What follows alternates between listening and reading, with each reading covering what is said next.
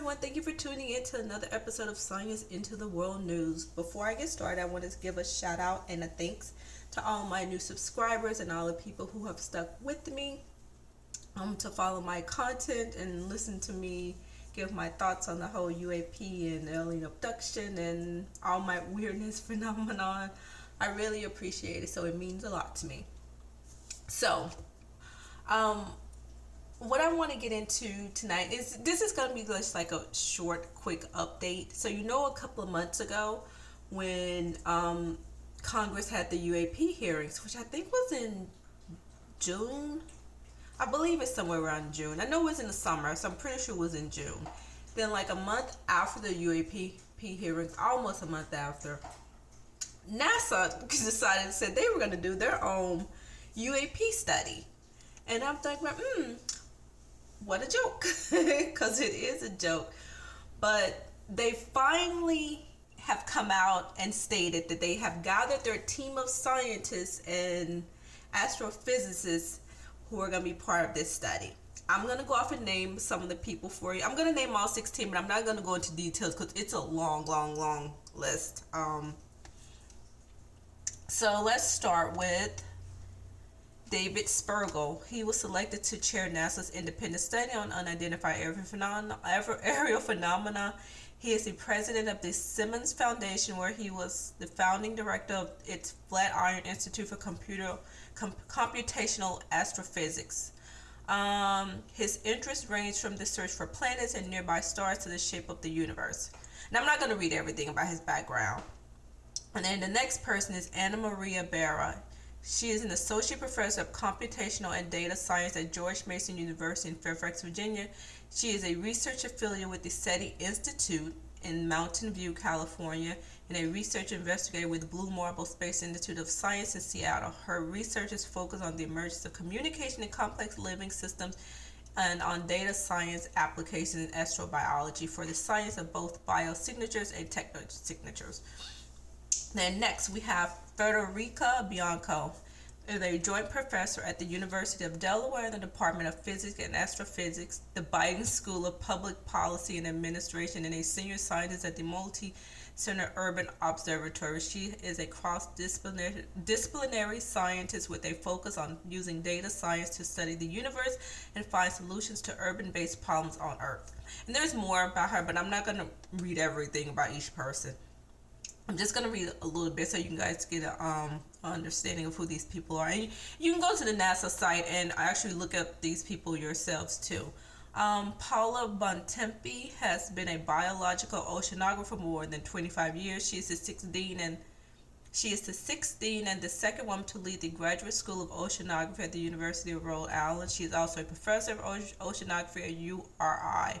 She spent 18 years at NASA and was appointed acting director of NASA's Earth Science Division for the Science Mission Directorate.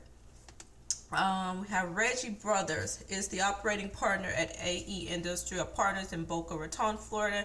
He previously served as CEO and board member of Big Bear AI in Columbia, Maryland. Brothers also was the executive vice president and chief technology officer of Peraton, as well as a principal with the Chertoff Group. Prior to his time in the private sector, he served as the Undersecretary for Science and Technology at the U.S. Department of Homeland Security and as Deputy Assistant Secretary of Defense for the Research at the Department of Defense. They gotta get their military people up in there. Next, we have Jen Buss. Is the CEO of the Potomac Institute of Policy Studies in Arlington, Virginia. Before she became CEO, Buss worked extensively with NASA to explore policy issues and strategic planning processes for astronaut medical care and cancer diagnosis and therapeutics. She is nationally recognized as an authority in her field for science and technology trends analysis and policy solutions.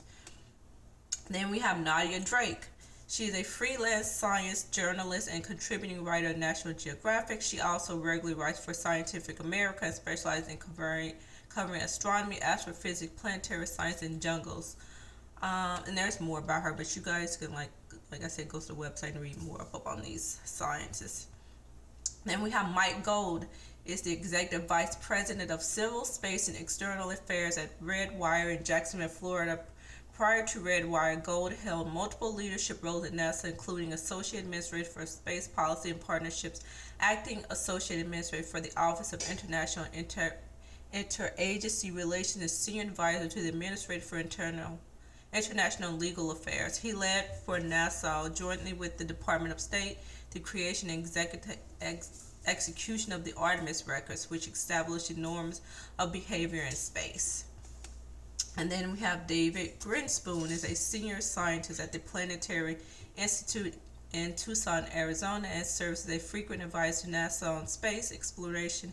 He is on science teams for several interplanetary spacecraft missions, including the Da Vinci mission to Venus. He is the former inaugural Baruch S. Blumberg NASA's Library of Congress chair in astrobiology. I don't know what that means. His research focuses on comparative planetology, especially regarding the climate and evolution and the implications of habitable on Earth-like planets. Let's see. He was awarded the Carl Sagan Medal. Then we have Scott Kelly, an astronaut. I'm pretty sure most of you guys know who he is, so I don't need to go into details about him. He's also, Scott Kelly is also retired U.S. Navy, but he was a former astronaut. And then we have Matt Mountain, is the president of the Association of Universities for Research in Astronomy, known as AURA. At AURA, Mountain oversees a consortium of 44 universities nationwide and 4 international affiliates who help NASA and the National Science Foundation build and operate observatories, including NASA's Hubble Telescope and James Webb Telescope. Then we have Warren Randolph, is the Deputy Executive Director of the Federal Aviation Administration's Accident Investigation and Prevention for Aviation Safety Department. Then we have Walter Scott, and I'm almost at the end. Walter Scott is the Executive Vice President, Chief Technology Officer of Maxar in Westminster, Colorado, a space technology company that specializes in Earth intelligence and space infrastructure. In 1992, he founded Digital Globe, which became part of Maxar in 2017. Then we have Joshua Cementer, is a professor of electrical and computer engineering, as well as the director of the Center for Space Physics at Boston University. And then we have Carleen Toner, is the acting executive director of the FAA's Office of Aviation Policy and Plans. Previously, she served as the director of the FAA Global Strategy, where she led the FAA International Strategy and managed threats to international civil aviation. And then the last person on the list is Shelley Wright, is an associate professor of physics at the University of California, San Diego's Center for Astrophysics and Space Studies. She specializes in galaxies, supermassive black holes, and building optical and infrared instruments for telescopes using adaptive optics such as integral field spectrographs. She is a search for extraterrestrial intelligence SETI researcher and instrumentalist. She's also the principal investigator for the UC San Diego Optical Infrared Laboratory.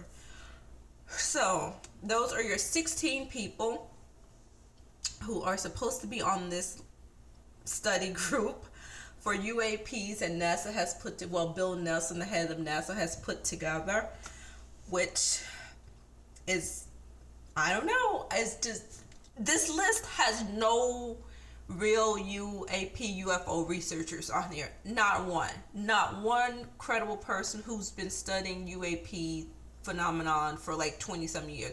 Where's Richard Olin? Where's Grant Cameron? Where's Linda Moulton Howe? They have all these scientists who probably know nothing about the UAP field. Probably never even thought about UAPs or alien abduction phenomenon. Probably just clueless, but I guess that's what they want. They want scientists who are not going to look into it. I mean, because where's Avi Loeb? Where's Dr. Gary Nolan? You've had credible scientists such as Dr. Gary Nolan, Avi Loeb, who've come out recently, and we're talking about UAPs. Gary Nolan was approached by the Department of Defense to study military people in the military who got close to UAPs, who got affected by them in some kind of way that messed with their brain or whatever. I mean, I'm pretty sure you guys have seen the interviews. It was done by Tucker Carlson. This was like maybe like a month ago, maybe 2 months ago. And then you also have, where's my other book?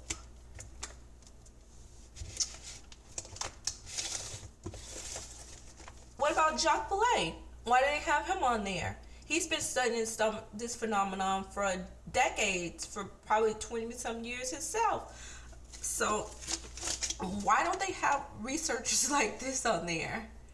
I mean, to me, the fact that they don't have people like Richard Olin, Linda Moulin, Grant Cameron, Dr. Gary Nolan, Dr. Jacques Vallée, none of these people on there, because they don't take it seriously. They don't want to really truly look into it.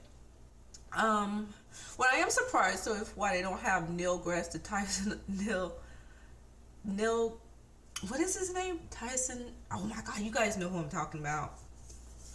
Neil deGrasse Tyson. That's it.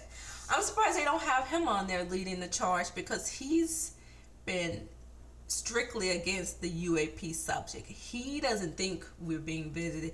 He doesn't think the Tic Tac and the GoFast and the Gimbal and all these other UAPs that have been seen in the sky by people. He just said it's not proof of extraterrestrial. He just thinks they're not coming here. So I don't know why they don't have him on the list, because he could be leading the charge. He's been so against it. He would have been perfect to be on there with these people, these scientists. So, and I'm thinking, even if these scientists do come out and they do find something, we're never going to see it.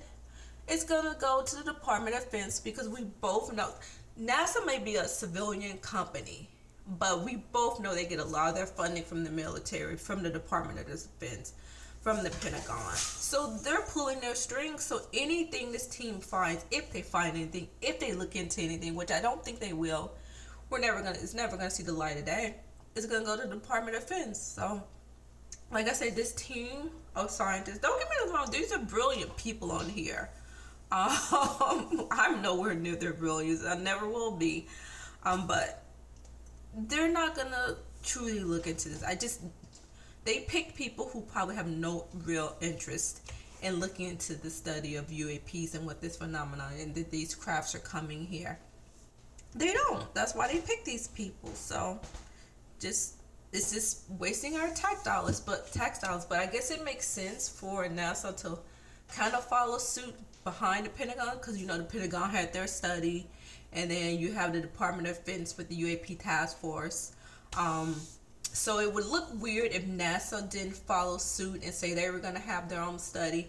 But when you think about it, isn't that the purpose of NASA? Shouldn't they already be studying life out there in the universe? I mean, that's their primary function. They should be looking for life. They're sending all these probes to Mars and Jupiter and everything, and these rovers that have landed on Mars. I mean, how many rovers do we have on Mars by now? Probably like 7 or 8.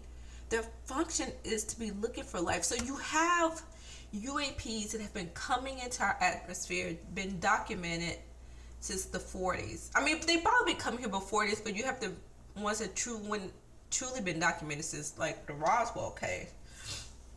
And then you have the 1945 Trinity case, 2 years before Roswell. And then you had the Battle of Los Angeles, which I believe it happened 2 years before. I believe it happened 2 years before the Trinity, which would have been 43, I believe. I could be wrong about those dates. But yeah, so, and we all know that NASA has never been a friend of astronauts reporting on UAPs. So it's just been very, very strange. You've had astronaut Gordon Cooper, James McDivitt, who both came out and said they have seen objects while being out in space, but NASA didn't want to hear it. They never wanted astronauts to talk about what they've seen in space. They just turned a blind eye and wanted them to keep their mouth shut. And Donna Hare, who worked And NASA, oh, where did I have that? I know I have the notes down. She worked for Philco Ford, which was a subcontractor for NASA, and she worked there between 1967 and 1981. And I'm pretty sure I've told you guys this before, how she was working in a lab that day, and she had like a top secret clearance. It wasn't a high top secret clearance, but she had a secret clearance where she can go into other parts of NASA. And someone that she knew that worked at NASA was in a lab across from her lab, and she walked over to see what he was doing because she had finished her work for the day. And he brought her over, and he told her to take a look at this photograph. And I guess it was photographs that had just been downloaded onto their computer system from the satellites out in space. And he pointed out something to her on the photograph, and she was like, "What's that?" It had a dot on the emotion, whatever that is. And he was like, "No," and he was like, "Look at it." And she said he had like this weird grin or whatever on his face, and then she truly looked at it. She said it was a picture taken from orbit, but you could see like, and she knew it was Earth because you could see like pine trees or whatever. And the guy in the lab told her, "Well, dots don't cast shadows on the ground," or something to that effect. And then she knew what it was. She knew it was a UFO. And she asked him, she was like, "Well, what do you do with these images or whatever?" I guess she was just shocked too that he was sharing this with her.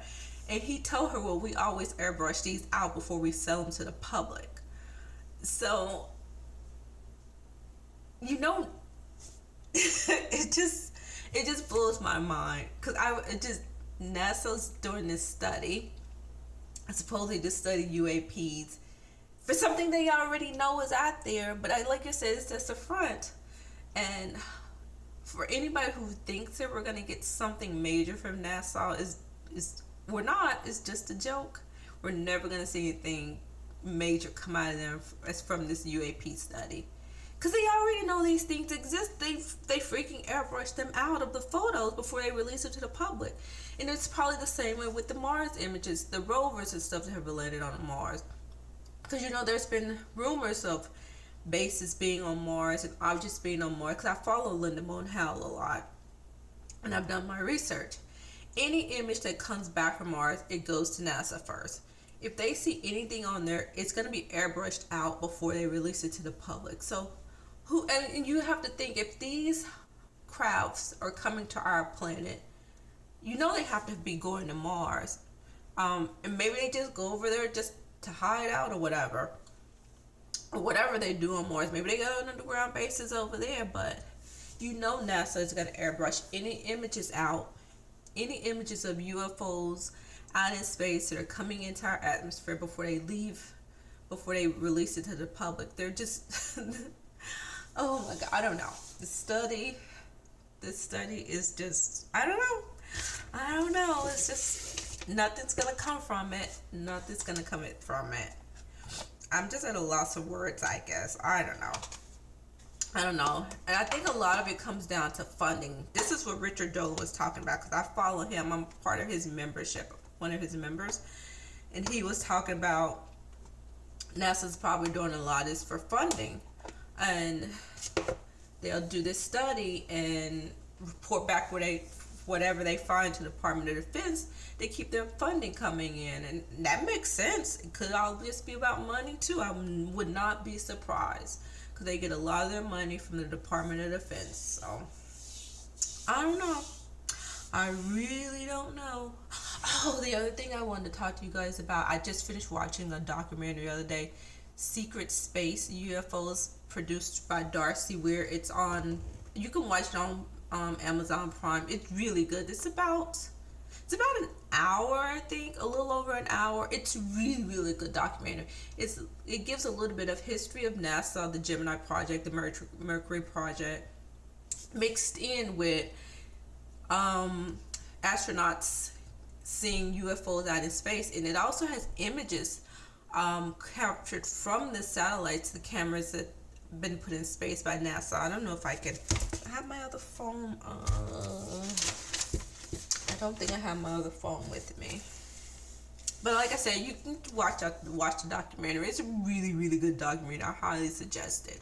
I really learned a lot because it talks about the X-15 aircraft, and it goes in, and he also talks about Donna Hare on there too.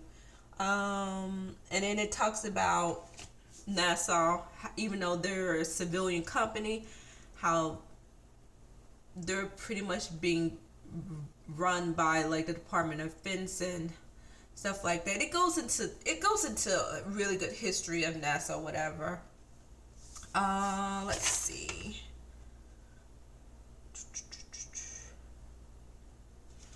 I'm trying to think what else I want to talk about. Did I miss anything? Like I said, this was just a quick update. Soon Congress should be coming out with another report about UAPs. I'm pretty sure it's just going to be a dry, empty report like the last one. So we'll see. I guess it'll be out soon. I don't know the exact date, but it should be out soon. What else do I want to talk about? Check out James Fox's new documentary just came out. I'm actually going to watch it tomorrow. Moment of Contact. He talked about the Farhina. I'm not even sure if I'm saying this right. This alien encounter that happened down in Brazil. So I don't want to go into many details about it, but yeah, his documentary just came out, so I'm going to check that out. Also on December the 12th, if any of you guys follow David Paulides, he's the writer and producer of the Missing 411 books. He also has 2 documentaries out on Amazon Prime, Missing 411 and Missing 411 The Hunted. You can check those out. They're really good documentaries. His books are excellent. And he also has, you can go to his website and check out his books that he have for sale, which are $24.99. It's called Can-Am Missing Project. And he also has a Bigfoot website too. But he has a documentary come out December the 12th. It's called Missing 411, The UFO Connection. So I'm so excited to watch that documentary. But you can tell I watch a lot of documentaries. So, let's see what else.